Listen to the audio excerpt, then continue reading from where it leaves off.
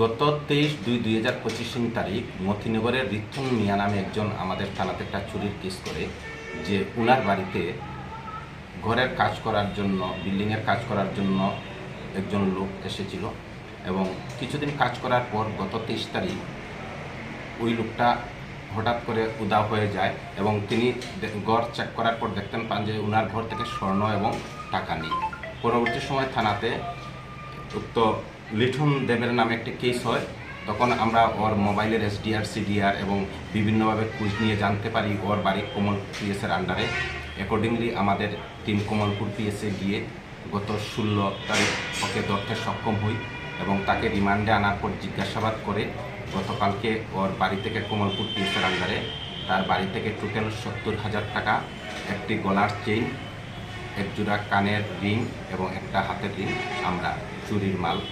উদ্ধার করতে সমর্থ হই।